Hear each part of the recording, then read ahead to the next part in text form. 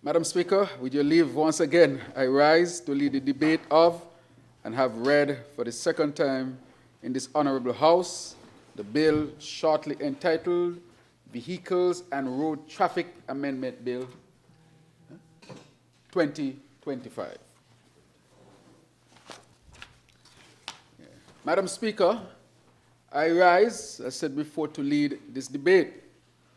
This bill is being tabled and debated today to address, Madam Speaker, over the years, what has been happening here in St. Kitts and Nevis with respect to traffic accidents, dangerous driving, and the resultant loss to property, and most importantly, Madam Speaker, lives. Madam Speaker, I would like to say that what has prompted this is really the fact that we believe that every life is precious. Just like when we came to this house and we made amendments and introduced new bills to deal with what was an upsurge in violence, Madam Speaker, believing that the Parliament has its responsibility as persons who are sent here by the people to respond to the needs and challenges or issues affecting our people. In the end, Madam Speaker, it is really a vehicle to help our people to live the best lives that they can live. And so, Madam Speaker, let me say again that this bill, of course, is based on the fact that we believe that every life is precious. Madam Speaker, before I get further into it, let me extend my sincerest condolences to all of the families and friends and communities, and St. Kitts on a whole, Nevis on a whole, as we want to extend condolences to these families and the passing of their relatives, friends, and so forth as a result of motor vehicle accidents, Madam Speaker. Madam Speaker, when life is lost through accidents, it is not just a loss of life that is felt by the family, close-knit family, but it's felt by the community, Madam Speaker, and the country on a whole. Madam Speaker, just to give you some stats, in 2024 alone, 13 lives were lost in road accidents. That's a startling number, Madam Speaker. And the AG in his presentation, because he's the head of the task force that has been put together to deal with the issue of traffic laws, and by extension to seek to address the issues of traffic accidents, I'm sure he will deal with some of that. But between 2019 and 2023, we had 19 lives that were taken, Madam Deputy Speaker, even with COVID intervening. And therefore, it says that we have lost one life every 5 months over the last 6 years, Madam Speaker. That is indeed a tragedy, but we must respond. Madam Speaker, this recent scourge in our society is further underscored by the shocking reality that in Bastia area alone between 2019 and 2023, there were 3,867 reported traffic accidents, almost 773 per year in the Bastia area alone. Across St. Kitts, between 2019 and 2023, there were 6,526 reported traffic accidents, an average of 1,305 accidents per year. That is 4 per day, Madam Speaker, on average. Totally unacceptable. Many of these were due to speeding and the use of mobile phones while driving, the two leading causes of road accidents and fatalities. Madam Speaker, these are preventable accidents. These accidents are because of irresponsibility of some of our drivers, Madam Speaker. Let me read that again, because this is telling that many of these were due to speeding and the use of mobile phones while driving. Madam Speaker, we know that these are high risks for accidents. Yet, many of our drivers engage in these type of activities. While you're on the phone, you're talking, it's as if it's the same effect as drinking and driving, being distracted by your cellular phone. And nobody believes that they are distracted, because people believe in multitasking. There's no such thing as multitasking. All the scientific evidence shows that multitasking is not really a thing.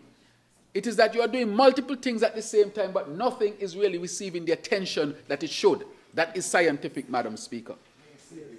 So this great idea of the multitasking is not so. And therefore, we want to encourage our people to stay off the phones when they are driving and to drive within the speed limit. Madam Speaker, St. Kitts is small. Nevis is small. If you were to calculate how much time you save by driving an extra 10 miles per hour between Bastia and Sandy Point, you're not going to save much time in the grand scheme of things. A few minutes, because the distance is so short, Madam Speaker. However, increasing your speed 10 more miles per hour increases your chances of a severe accident exponentially. So why do you drive fast in St. Kitts and Nevis? Usually when I'm with my security detail, I tell them, don't drive fast, because if you're going to get there, you're going to be there 2, 3, 4, 5 minutes earlier, yet the chances of a serious accident increases exponentially. And therefore, it does not make sense to drive fast, really, in St. Kitts and Nevis, Madam Speaker. The distances are just too short. In the United States, where I live for some time, and I'm driving on the highway, then it makes sense, because the highway has a code where you can't drive too slow, but it makes sense to be at 70, 80 miles per hour sometimes, depending on where you're going, because you can save an hour on driving, which is a significant amount of time. But there's no place in St. Kitts that require you to take an hour driving from one point to the next, unless you're going around the whole island. And therefore, there's no need for us in St. Kitts and Nevis to be driving fast. The other issue with the cell phones, why do you want to be on your cell phone while you are driving, Madam Speaker? Most people who travel from one distance to the next in St. Kitts is 10, 15 minutes. You can wait that time, 10, 15 minutes before you answer your phone, before you send a message. How urgent is the message that you can't wait 10, 15 minutes, Madam Deputy Speaker? Yet, you're putting your very life at risk, but not even your own life alone. The life of your family members, the life of innocent bystanders, the life of those who might be passengers on a bus, Madam Speaker. And therefore, I want to encourage our people to refrain from driving and using their cellular phones, to stop the speeding, Madam Speaker. And in addition to that, the drinking and driving in St. Kitts and using substances that alters the judgment, those two are having an impact. Sometimes, Madam Speaker, you see people driving and a beer in the hand. A beer in the hand and they drive in. Or you see the beer bottle inside the car. Or you see them by a bar and they're drinking, and they jump in a car and they drive home, and they had more drinks than they should have had, putting their lives at risk and other people's lives at risk, Madam Speaker. So no need to do that. I would also say that when you use cannabis as well, because it mellows you, as is said, it can affect your judgment, Madam Speaker, in terms of when you are driving, because and therefore I want to discourage that as well. Not to be, using cannabis and driving can have the same impact as when you're drinking alcohol and driving, using your cell phone and driving, speeding and driving. The message here, Madam Speaker, is that most of these accidents can be prevented if people just follow the basic traffic rules. And that is why, if we are having a problem with people following the traffic rules, well, we will come to this Parliament and pass the necessary laws to make sure that people follow the necessary rules, because losing 13 lives, Madam Speaker, is something that should never, ever happen again. I know in St. Kitts right now, and we heard about Nevis, the roads are being paved, the roads seem like they're getting broader and so forth, and so the tendency to drive faster is there. Sometimes you see people at 2, 3 o'clock in the morning speeding. As a matter of fact, some people choose that time to race, Madam Speaker. What are you doing up Huh? there? What are you doing up there? What is it? Say you're going exercise, you're going gym. But I'm saying I'm an early riser sometimes, you know. But I'm saying sometimes people just passing very fast, 2, 3 o'clock in the morning, and they're choosing that time to race, Madam Speaker, because the roads are broad and they are smooth, and therefore, let's get to racing. But I would like to say that even at that time in the morning, it can be dangerous, Madam Speaker. The other thing is that people might drive when they are sleepy. Sometimes somebody finishes a shift. I can give my own example. I remember it might have been around 2007. I was working at the hospital. I finished late, like 11 o'clock in the night or so, the late shift. It was cricket around that time. So I said, let me take a drive over the beach. And people who know me, I'm not a drinker. And on my way back, I fell asleep in the vehicle, Madam Speaker, not realizing how tired I was. And I suffered an accident. It's a good thing I didn't hit anybody. And I ended up in the drain on the other side. Airbag came out. So it tells you the impact. So we have to be very, very careful when we are driving to make sure that we are in the best state of mind to drive. And so, Madam Speaker, I want to bring here today that it's important that we do what we have to do to protect our roads. The other thing I want to bring forward, Madam Speaker, is that children in vehicles, in front seat, the children, there's a law as to where the children should sit in a vehicle, when they should be in a seat, a child seat, or when they should use a booster seat, and when they should be using a seat belt, Madam Speaker. And I want to submit today that I would implement at the hospital that before any mother leaves the hospital and they own a vehicle, that they need to show the evidence of their child's car seat. And they need to be educated, just like they're educated on how to feed, to breastfeed, to use to change pampers, to do this when you get your vaccination and so forth. They also need to know how to carry their children safely in their cars. And that would be a policy, Madam Speaker, that would be introduced at the hospital level so that mothers and fathers and families can be educated from the time they leave the hospital how to safely transport their infants. Madam Speaker, so it's a call for responsibility, a call to obeying traffic signs and signals, not speeding or overtaking on corners, putting down your mobile phones while driving, wearing your seat belts at all times and ensuring that children are securely fastened, Madam Speaker, and using child car seats. These things have been shown to save lives, Madam Speaker. Madam Speaker, there are multiple countries across the globe that had to put legislation in place to save lives for different things. For example, in Sweden's Vision Zero Traffic Policy of 1997, what changed? Road fatalities were a major concern in Sweden.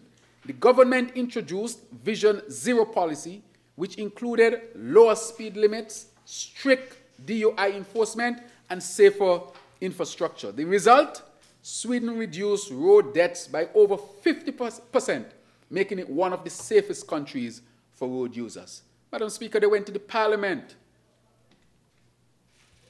and they passed legislation that were enforced that resulted in a significant drop. So this is not just a percentage. Think about the many lives that were saved, the many families that were spared heartaches, This 50% drop was significant and had impact on the community. Let's think about New York's broken windows policy of the 1990s.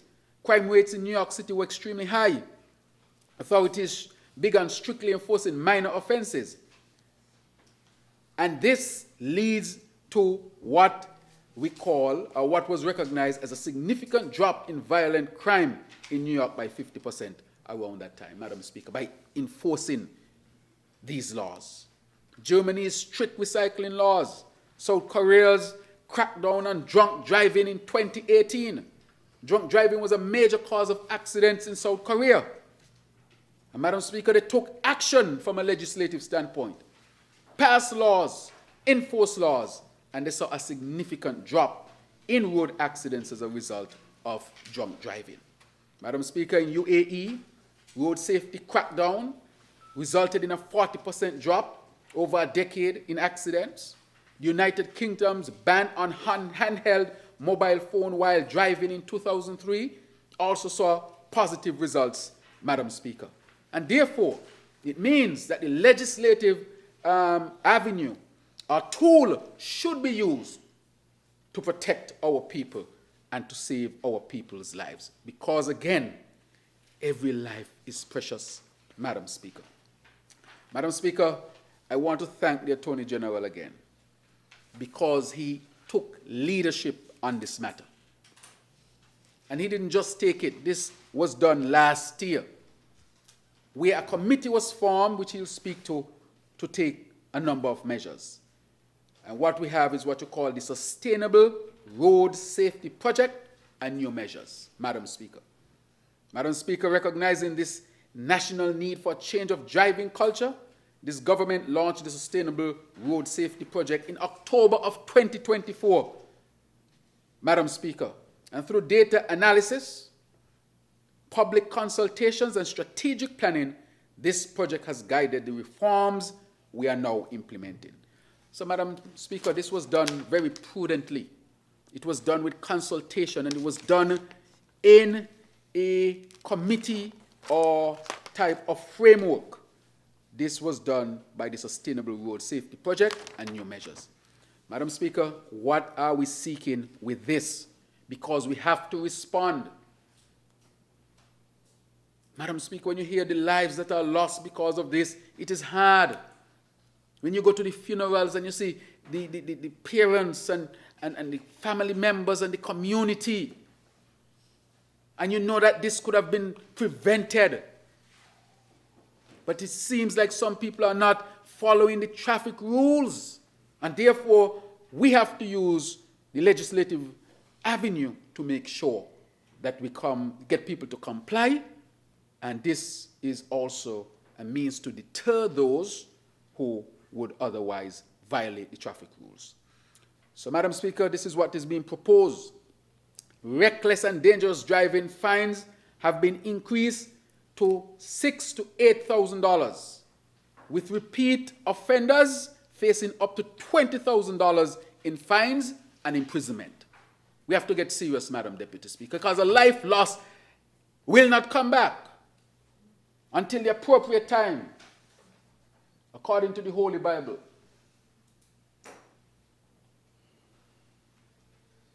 And therefore, we have to put in measures to deter people. Madam Speaker, careless driving fines have doubled, reaching $8,000 for causing bodily injury, with repeat offenders facing up to $10,000 in fines and imprisonment. Because if you keep repeating and repeating and repeating, then the penalty should become stiffer and stiffer, and you might lose your freedom for some time, for you to get the message that this is a serious matter, Madam Speaker. And this is beyond you losing your license as well. Driving under the influence of alcohol or any substance that alters your judgment will now carry a fine of up to $10,000 for first offenses and $20,000 for repeat offenses, with longer imprisonment terms. I had a conversation with the commissioner, and part of the training would be how to do the sobriety test. It's a basic medical exam that anybody with a grade 4 or 5 education can do. And then the breathalyzer. And then blood test. Because if persons are driving under the influence, we are going to detect them. So you'll see people on this side, Madam Speaker, asked to walk a straight line. Asked to follow the finger. To ensure that these persons are not masking in any way the use of alcohol. Madam Speaker, therefore, we are getting serious with this. Causing death by dangerous driving now carries a maximum penalty of 10 years, while causing death by careless driving carries up to 6 years, Madam Speaker. This is serious because persons cannot just be careless and just result in the loss of life, and then you walk in the street without any penalty to send a message that we will not accept the loss of life due to carelessness and recklessness and irresponsibility, Madam Speaker. Madam Speaker, we are introducing technology. We have been introducing a lot of technology in this country. As a matter of fact, St. Kitts and Nevis is possibly one of the leaders when it comes to the digital transformation. So we are going to have automated ticketing systems, Madam Speaker, and we already have some cameras out, you know. All you're going to do, you think you drive fast and nobody see you, you're going to just get your ticket in the mail.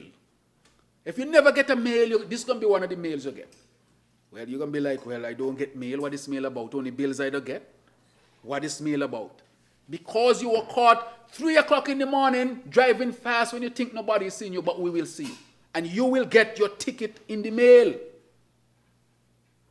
That is how serious this is. So the eyes will be everywhere. You can't escape this, Madam Speaker. We already have cameras up. And sometimes, the other day, the commissioner sent me the picture of the vehicle with the number. Madam Speaker, sharp, crisp, clear. You can't say that ain't your vehicle. I remember one time I was in the US again, and I came from the hospital 3 o'clock in the morning. 3 o'clock in the morning from the hospital. Oh. From the hospital. Finish a shift. And I was in Texas, and I was coming up to a stop sign. No other vehicles in my neighborhood where I was heading home to my apartment were on the road. But I decided I am not stopping by a stoplight completely at 3 o'clock in the morning. Madam Speaker, I slow down, and I drive. No other vehicles there, and I reach home safely. I went to my mailbox, and I'm like, I'm receiving local mail? Well, who writing me mails? When I open it, Madam Speaker, ticket, $250, and a picture of the vehicle with the number, and the lights above show that I breached it. I had no defense, Madam Speaker. I just went up, write a check, put it in the envelope, and send it back to them. I never do that again in my life. But $250 for a resident is a lot of money. You know how much food that in a month? And I had to give up that. So, Madam Speaker, there's the same thing that's going to be happening here, you know. After this bill is passed today, I can bet you by the next few weeks, people will be getting tickets in the mail. So I'm asking people to refrain from really involving themselves in reckless driving. Madam Speaker, we have another twist to it. And this is the next one, because we have to get very serious. A new public reporting system will allow citizens to submit dashcam or video footage of reckless driving. So if we ain't catch you, a citizen could catch you. So if you're on a bus, and the bus is going full speed and you're telling the busman, slow down, he ain't want to slow down, pull out your phone. And you'll have a place you'll be able to send that video anonymously. And that is used in a court case against the driver. And the court, Madam Speaker, may award up to $5,000 to individuals whose evidence leads to a conviction. So if you are the witness of an accident that resulted in serious issues and you submit that video, that person goes to court, is found guilty as a result of your video, you can get up to $5,000. So citizens going to make sure that they are monitoring the traffic as well, Madam Speaker. So if you think, because sometimes, you know, the police is around the corner, as soon as one person see the police, everybody else who is driving, flashing. Because there's a secret code in St. Kitts. Flash how many times? Me, no. And you know police is around the corner. No. That's how they do it. And the police is around the corner. And then everybody starts to say, okay, slow down. As soon as they pass the police, full speed again, Madam Speaker. But if you are involved and a citizen, catch you on video and submit that video, the public will be updated as to where they can submit that video anonymously. You don't have to say who you are to the public. And you can actually, once a court case comes of it, and that person is found guilty, and your video helped that process, you will be compensated. So it's not just the state will be compensated, you will be compensated, Madam Speaker. And once this bill is passed today, and we set up this site for the video, we hope we see a lot of videos coming in, so that people can know you cannot violate the traffic laws. Madam Speaker, this is going to have a tremendous positive impact on saving lives. Saving lives. So the anonymous reporting provision protect whistleblowers who submit video evidence. They will be protected. Madam Speaker, we're also going to have dash cams will be duty-free.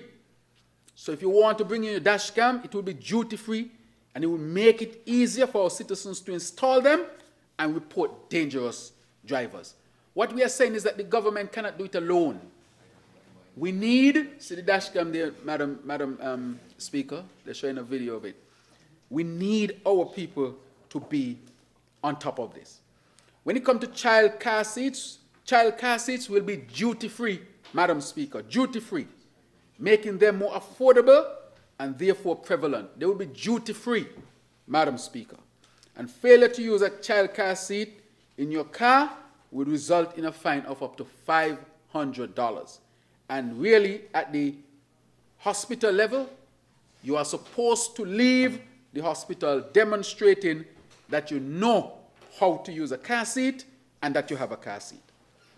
So, Madam Speaker, the duty of the Parliament is clear. We must set strong penalties for actions that destroy human life and property and discourage dangerous practices. But laws are not alone. This is a national effort. Each of us, drivers, passengers, pedestrians, must commit to a culture of safety. Madam Speaker, look how nice the child looks in that car seat. We must change our behavior. We must be responsible for each other. Our goal is ambitious but necessary. 0 road fatalities by 2030. That is what we are aiming for, Madam Speaker. The Sustainable Road Safety Project will continue to roll out education campaigns, better road infrastructure, as we can see, and partnerships with the private sector to ensure that every measure is taken to save lives. So let us honor those, as I said before, who have lost lives. And we really extend our deepest condolences again. So, Madam Speaker, let us commit today to driving responsibly, staying vigilant and making our roads safer for all. Together, Madam Speaker, we can make this vision a reality. I call our people to action. You have to be part of the solution. The government cannot do it alone. Everybody must be mindful and look out and make sure that we are abiding by the traffic rules.